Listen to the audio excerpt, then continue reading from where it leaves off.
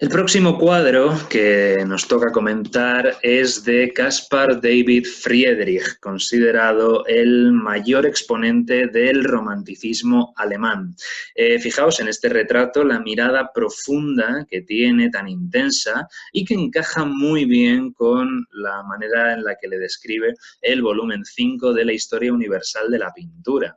Dice que Friedrich era solitario, melancólico y misántropo, torturado por una profunda tensión espiritual que le lleva a morir en la locura. Tuvo una vida apartada, buscando el contacto y consuelo en la naturaleza virgen y grandiosa con la que se siente identificado su espíritu.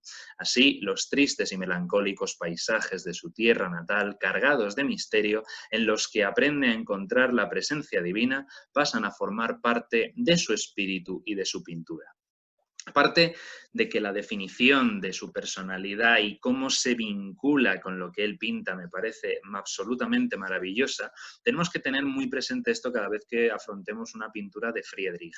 Estamos ante una persona que, fijaos los primeros tres adjetivos que le dan, dice solitario, melancólico y misántropo. Friedrich se va a convertir en el gran fundador de lo que se denomina el paisaje religioso. Esta idea es el conflicto que experimenta Friedrich a lo largo de toda su vida, porque desde muy pequeño su existencia está marcada por la tragedia. Fijaos, con 7 años su madre fallece y con 8 pierde también a su hermana. Cuando tiene 13 años, su hermano también pierde la vida en un accidente cuando intentaba salvar al propio Caspar de ahogarse. Por lo tanto, esto le va a dejar una profunda huella en el alma, evidentemente, seguramente como a todos, ¿no? Nos haríamos en gran parte responsables. Y esta idea, fijaos, se torturado por una profunda tensión espiritual. Todo lo que ese sufrimiento que vive a lo largo de toda su vida, incluso siendo ya adulto en su época de madurez, su mejor amigo muere asesinado durante un paseo. Entonces, todo ese sufrimiento, que es otra vía para llegar a lo divino, a lo trascendente, intenta plasmarlo de alguna manera, como todos los artistas, en la pintura, en sus obras. Y esta idea de la melancolía, de la tristeza, del misterio, es cómo intenta Friedrich conectar con lo absoluto, con lo trascendente, con aquello que sabe que es superior a él mismo, y lo hace dentro de un contexto muy marcado y muy determinado. Fijaos, dice, su obra se caracteriza por la melancolía y la desolación.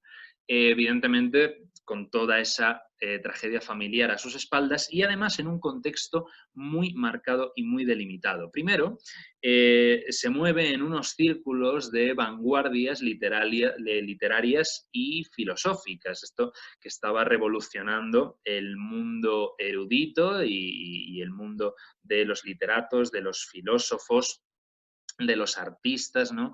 Toda esta corriente vanguardista de finales del siglo XVIII, principios del XIX, que intenta aportar un nuevo valor al mundo y a la espiritualidad del mundo, y en esa espiritualidad es la de la fe protestante, la fe luterana, en la que ha sido educado Friedrich como buen alemán. Y entonces, en ese contexto de novedades literarias, filosóficas y espirituales, de renovación, intenta encontrar su lugar y expresar, como buenamente pueda, algo que el protestantismo le va a limitar mucho, que es la imagen. Sabéis que uno de los grandes dogmas, una de las grandes pilares teológicos del protestantismo es evitar la veneración y el culto a las imágenes precisamente por peligro de idolatría. En ese sentido, el protestantismo se intenta acercar más al judaísmo o al islam que al catolicismo o a la tradición ortodoxa, es decir, a otras ramas del cristianismo. El protestantismo parte en este sentido con una desventaja bastante importante con respecto al judaísmo y el islam, y es que ha brotado de una tradición espiritual, como es la católica y la ortodoxa, que se ha embebido, que se ha relacionado y que ha establecido paralelismos y sincronías con una tradición clásica grecorromana, cuyo culto a la imagen está perfectamente establecido y muy desarrollado. Entonces ahí el protestantismo, aunque va a intentar acercarse al judaísmo o al islam y va a intentar alejarse del catolicismo y de la ortodoxia oriental, va a tener más dificultades que en este sentido porque precisamente no ha sabido mantener su identidad tan bien como el judío o el musulmán en cuanto a la relación con las imágenes se refiere. Por lo tanto, aquí Friedrich, como artista, va a entrar en un grave dilema, puesto que su fe luterana le impide expresar precisamente esta experiencia de lo divino, de lo absoluto y de lo trascendente, con los grandes temas que ha tenido la tradición artística cristiana para expresar estas ideas, que son la anunciación, la resurrección o la ascensión. Y entonces Friedrich se las va a ingeniar y se las va a apañar para crear y para diseñar el llamado paisaje religioso. Y esto del paisaje religioso va a ser fundamental porque va a establecer solamente en el paisaje lo mismo que otros artistas establecen con los temas de la anunciación, resurrección o ascensión. Esta es la obra que nos ocupa de Friedrich, titulada La Cruz de la Montaña, pintada en torno a 1807-1808, conservada en Dresde, en Alemania, y que originalmente iba a decorar un altar. Eso porque cuando lo vi por primera vez, el primer pensamiento que me asaltó es que el crucificado no era Jesús, que es evidente que sí, pero por alguna razón yo pensé que no, que era otro crucificado en la cima del Gólgota o a lo mejor en un monte cercano, y que esos haces de luz que vemos aquí como si estuviera, también me recordaba un poco a los focos de cine, ¿no? de Hollywood y demás, así, pero estos haces de luz yo los interpreté la primera vez, cuando no sabía todavía nada de este cuadro, yo los interpreté como que estos haces de luz estaban saliendo de la tumba de Cristo, que eran la señal de resurrección, ¿no? Y claro, que este pobre estaba ahí crucificado y veía esos haces de luz en el horizonte, pero no sabía lo que estaba ocurriendo. Entonces era el enfrentamiento de la muerte del crucificado y de la esperanza de la resurrección, que en vez de representarlo como la resurrección, como una imagen típica que habría sido católica de la resurrección, pues era una forma de presentarlo en el paisaje sin que fuera evidente, sino de una manera algo más sutil. Evidentemente, no, lo que está representando es al propio Jesús, efectivamente crucificado, y estos haces de luz parece que es el sol que se está poniendo detrás de la montaña. Esta pintura es curiosa y tiene una historia curiosa porque la concibe Friedrich para decorar un altar.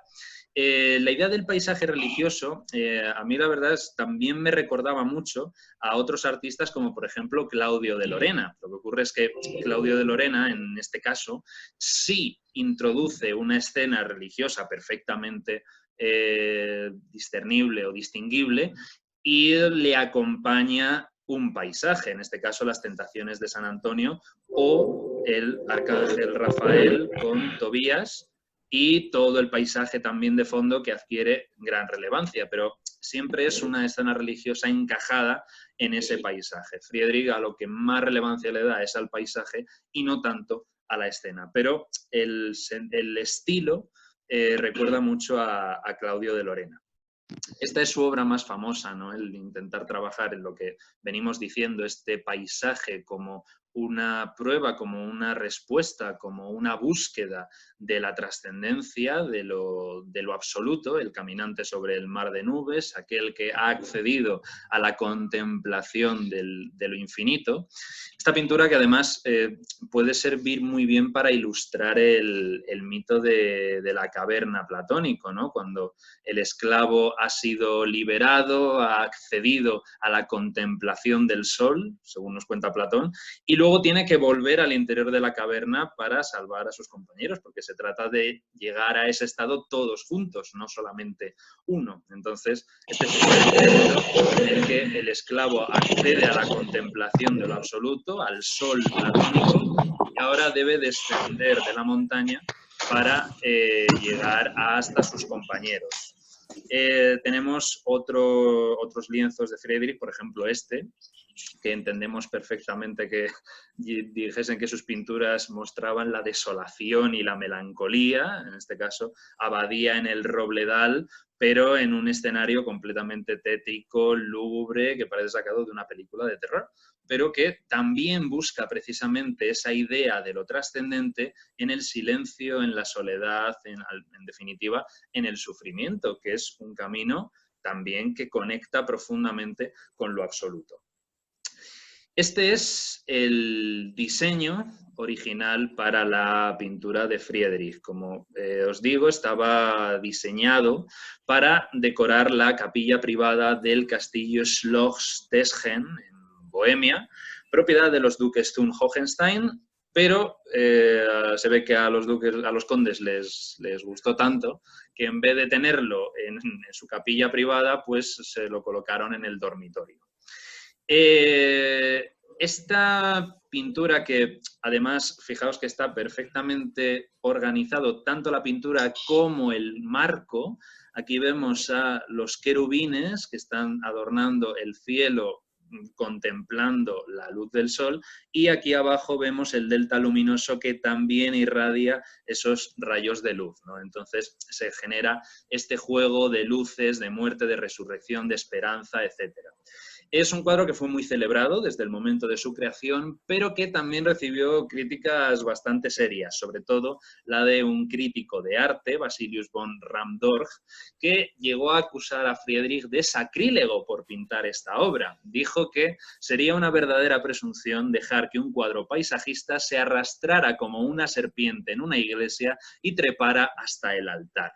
Entonces, Ramdorf consideraba no solamente de hecho, en su artículo decía que la crítica no iba directamente contra la obra de Friedrich en sí, sino con los valores que esa pintura representaba, porque para Ramdorf los paisajes no tenían ninguna validez en el mundo artístico, y mucho menos a la hora de decorar un altar. Entonces, eso para él le resultaba inconcebible, hasta el punto de llamar a Friedrich sacrílego por esto.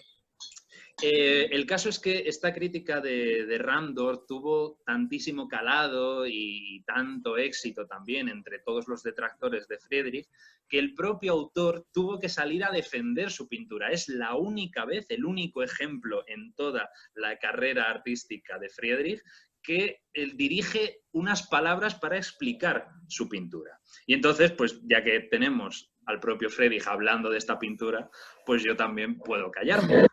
Dice: Jesucristo, clavado al madero, está vuelto hacia poniente, imagen del Padre eterno que todo lo vivifica. Con las enseñanzas de Jesús murió un mundo viejo, aquel en que Dios Padre caminaba directamente sobre la tierra. Se entiende que aquí Friedrich se está refiriendo seguramente a los tiempos del Antiguo Testamento, y esto supone la instauración en el mundo del Nuevo Testamento. Este sol se pone y la tierra no es capaz ya de captar la luz que se le oculta. Entonces luce en el más puro metal, el del oro del crepúsculo, el Salvador clavado en la cruz, y lo refleja con brillo atenuado sobre la tierra.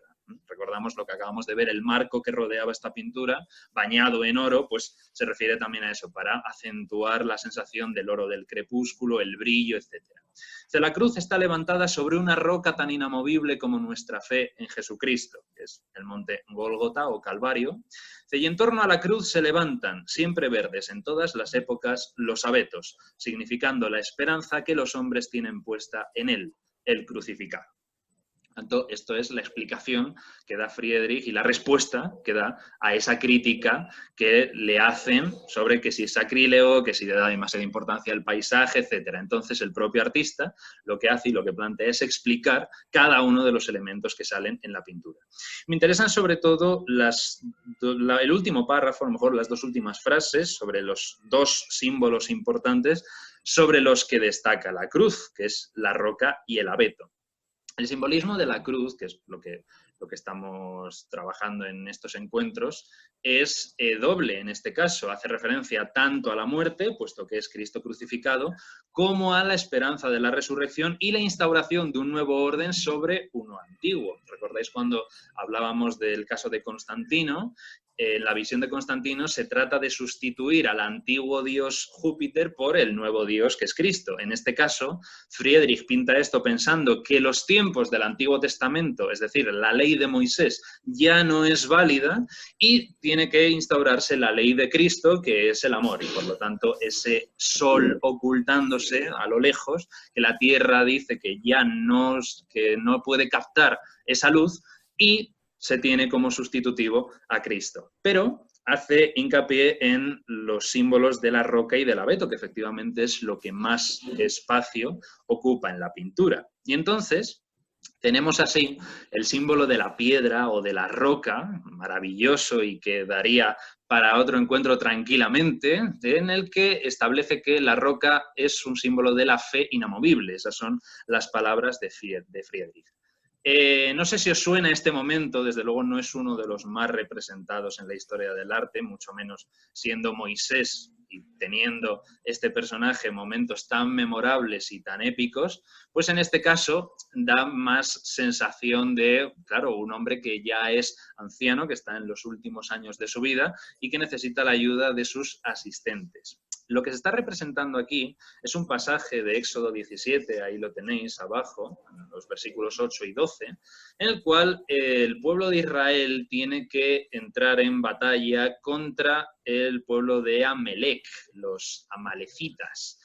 Y, según parece, los israelitas podían someter a sus enemigos siempre que Moisés, desde lo alto de un risco, mantuviera sus brazos levantados. Pero en cuanto el pobre hombre se cansaba y bajaba las manos porque ya no podía más, pues los amalecitas sometían a los israelíes. Y entonces la solución que encontraron fue que Moisés se sentara sobre una roca, mientras que Aarón y Ur le sostenían los brazos, como aparece en la imagen. Y entonces se dice así que el pueblo de Israel se mantuvo invicto hasta la puesta de sol. Entonces, claro, la idea de Moisés sentado sobre la roca, y el símbolo de la roca o de la piedra, que es uno de los grandes elementos del lenguaje bíblico, aparece en muchísimos pasajes. Solamente os he cogido aquí unos poquitos, en este caso uno de Isaías, dice: he aquí que yo he puesto en Sión por fundamento una piedra, en hebreo, eben.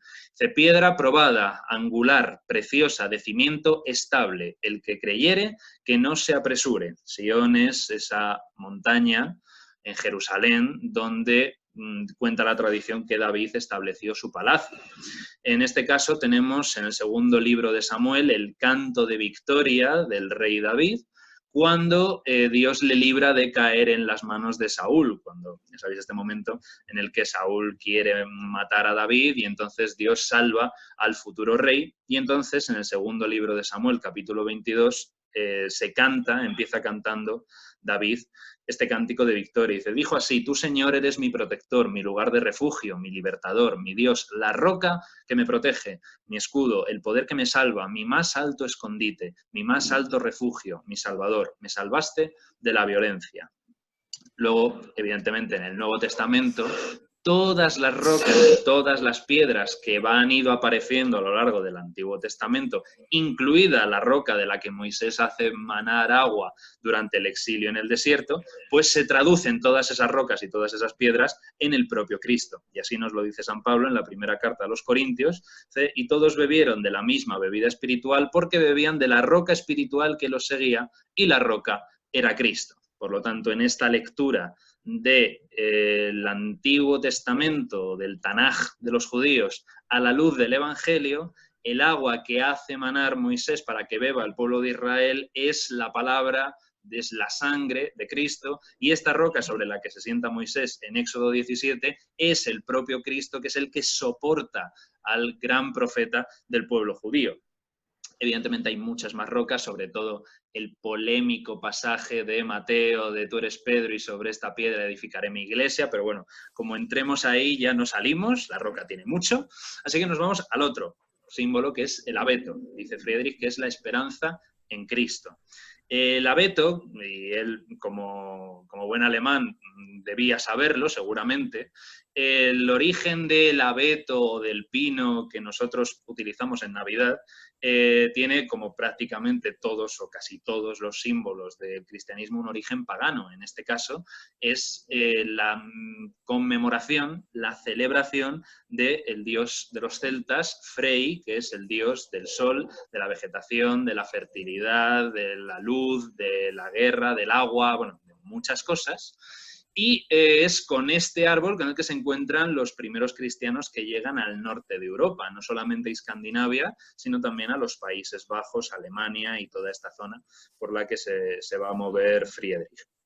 Y entonces esos cristianos descubren que para celebrar los pueblos celtas que habitaban esas regiones, el nacimiento de su dios del sol y de la prosperidad, etcétera, lo que hacían era decorar un abeto que precisamente por ser de hoja perenne, que es lo que defiende Friedrich, él lo traduce como esperanza, claro, y los celtas lo traducían como la constante abundancia y la constante prosperidad de su pueblo. Entonces, los pueblos escandinavos decoran algún árbol de hoja perenne, solía ser un abeto, también podía ser un pino, que simbolizaba, ahí lo veis, el Yggdrasil. El Yggdrasil es el gran árbol cósmico de la tradición nórdica, que era el Axis Mundi, es el eje del mundo que conecta lo más trascendente, lo más elevado, que es Asgard, el reino de los dioses, donde se encuentra el Valhalla, y en sus raíces se encontraba, entre otros muchos mundos,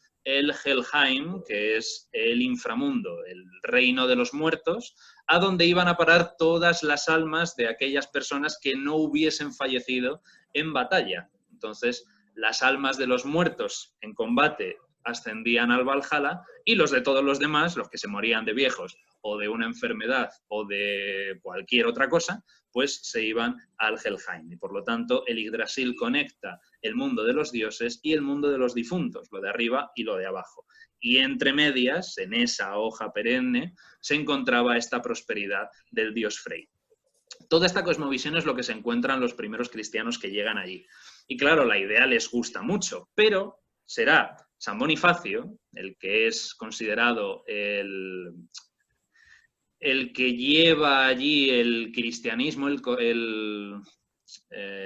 no me viene ahora la palabra, bueno, el que divulga en estas tierras la doctrina cristiana, sobre todo en Alemania, el que reinterpreta el símbolo del abeto y del pino. Y entonces, por supuesto, abandona todo ese culto al nacimiento del dios Frey y lo cristianiza. Y entonces coge ese árbol y dice que lo perenne no es la fertilidad y la abundancia dada por un dios que podría haberlo dejado ahí, pero habría sido un poco riesgoso, sino que dice que lo que permanece para siempre es el amor de Cristo.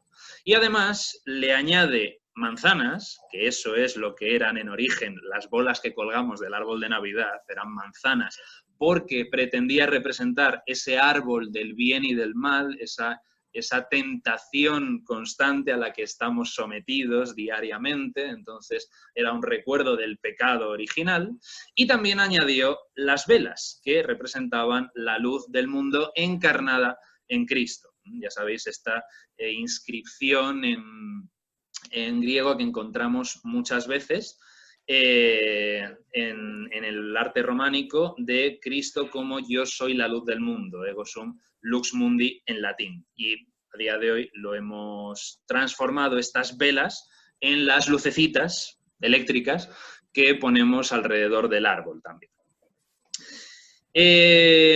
Me ha salido ya el aviso por 40 minutos, así que no sé hasta dónde va a llegar esto, pero bueno, voy a intentar seguir todo lo que pueda y, oye, si veo que se acaba y demás, pues os envío hasta donde A tengamos y... a mí me da 9 minutos 25.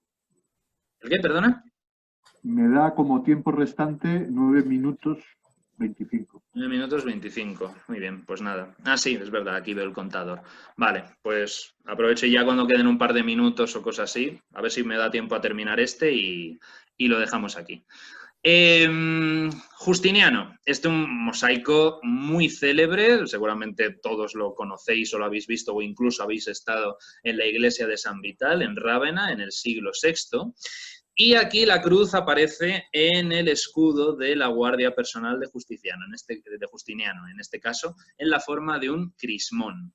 Este es un mosaico doble porque a un lado está el emperador Justiniano y al otro está su esposa, la emperatriz Teodora. Teodora, que va a fallecer en el año en el que se termina la iglesia, en el 558. Y es que estos dos mosaicos intentan representar de una forma más bien idealizada la consagración de la iglesia de San Vital, porque cuando la iglesia se consagra en el 57, los emperadores ya eran muy ancianos y sobre todo nunca viajaron a Rávena. Y sobre todo, como hemos dicho, la emperatriz muere ese año. Así que esto es una representación idealizada de Justiniano y Teodora. Y aquí vemos al emperador Justiniano llevando, como vemos, una enorme patena de oro, que es esa bandeja donde se colocan las hostias consagradas en misa, y aparece acompañado de, por un lado, altos cargos eclesiásticos y por el otro, altos cargos civiles. Por lo tanto, aquí se aunan los dos poderes, el religioso y el civil o militar. Y entonces nos encontramos, por ejemplo, estos dos altos cargos que no han podido ser identificados, uno de ellos lleva el misal y otro el incensario. Tenemos aquí al arzobispo, que es el único que aparece con el nombre marcado, Maximiano, y detrás de él el banquero Juliano Argentario, que aparece aquí porque fue el hombre que puso el dinero para que este templo se pudiera construir. Aquí vemos la patena de Justiniano, por lo tanto estaría aquí en medio, y detrás de él aparecen otros dos altos cargos, pero en este caso del poder civil y más en concreto del militar, puesto que este hombre es el general Belisario, que fue el conquistador de Rávena. A este otro no se le ha podido identificar. Y por último, cerrando ya la comitiva, está la guardia personal de Justiniano con el crismón grabado en los escudos. Claro, esta idea de la cruz grabada en los escudos, recordamos que es muy similar a lo que le ordenó Cristo a Constantino en ese sueño, cuando hablábamos en la otra sesión. Entonces, en este caso, Justiniano ha hecho exactamente lo mismo que Constantino, supuestamente, pero con una diferencia, y es que las cruces y los crismones y la simbología cristiana solamente empieza a ser utilizada de esa manera desde los tiempos de Constantino, pero aquí estamos 200 años después. Dentro del cristianismo han pasado muchísimas cosas y Justiniano recibe toda esa herencia perfectamente consolidada. En el siglo VI es el periodo del máximo esplendor del Imperio Bizantino, queriendo recuperar esa gloria del antiguo Imperio Romano, pero con una nueva mentalidad que es la cristiana. Fijaos, han pasado el edicto de Milán, los concilios de Galia, de Nicea, de Constantinopla, de Éfeso, de Calcedonia y el edicto de Tesalónica del 380 que convertía el cristianismo en la religión oficial del imperio dentro de los cánones del concilio de Nicea y un año después del de Constantinopla. Por lo tanto, Justiniano recibe todo lo que se ha hablado, acordado y tratado en esos concilios y se presenta ante el mundo de esta manera, como un personaje que aúna las dos realidades del poder político del Imperio Bizantino. Y entonces aparece primero ubicado en el centro de toda la composición, de todo el séquito, por lo tanto es la figura más importante, ataviado de una forma muy lujosa y coronado, por lo tanto simbolizando el poder político, el poder real.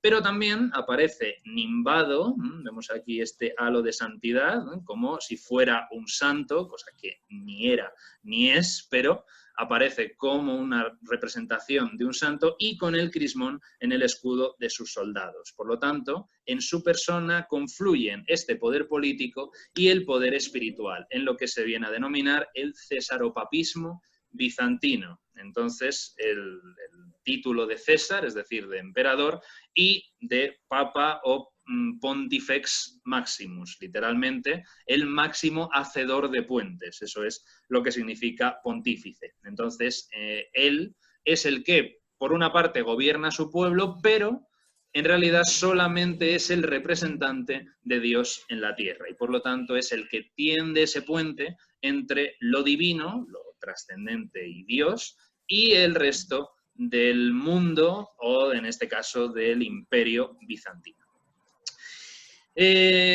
Nos queda un poco menos de 4 minutos. Sí, venga, a ver si nos da tiempo.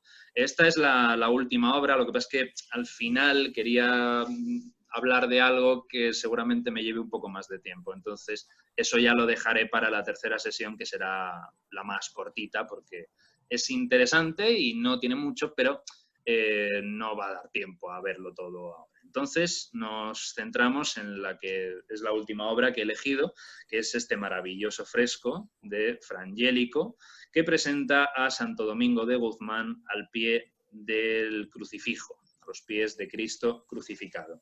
Fijaos la representación tan natural para estar en el siglo XV, en torno a 1442, presentación del dolor, del sufrimiento del santo, de Santo Domingo, y cómo Cristo, al contrario, casi parece que sus labios están esbozando una ligera sonrisa. Es un Cristo de la buena muerte, es decir, un Cristo que no da muestras de sufrimiento ni de dolor, sino que está completamente sereno. Pero, aún así, exceptuando el nimbo crucífero, no hay ningún aviso, ni ningún anuncio, ni nada que haga suponer una futura resurrección del personaje. De hecho, si no supiéramos quién es, nada invita a pensar que vaya a resucitar. Y eso es precisamente lo que busca Frangélico y es lo que lo distingue de la crucifixión de Friedrich. En el caso de Friedrich sí está presente la esperanza, como él mismo dice, en los abetos.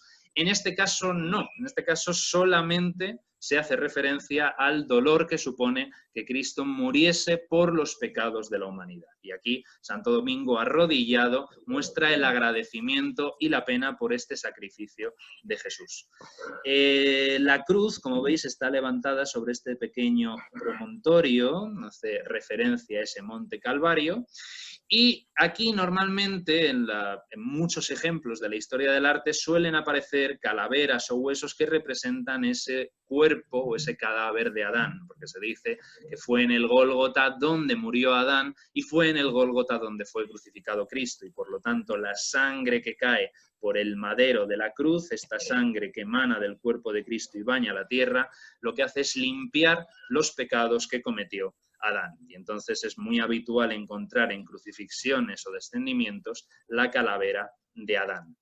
Este promontorio rocoso que pinta Frangélico todavía hoy se puede ver en la iglesia del Santo Sepulcro de Jerusalén, que aparece aquí en esta cristalera, y esto es un pequeño altar con una cavidad, con un agujero en el suelo, aquí lo veis. Entonces la gente hace cola para, aquí está la roca, es decir, esto, visible, y entonces la gente, como veis, se arrodilla aquí. Esta es una imagen de Cristo y entonces hay un agujero aquí en el suelo por donde meten el brazo y pueden tocar y palpar la cumbre del monte Gólgota. Por lo tanto, es la idea de tocar y palpar el lugar donde fue crucificado Cristo.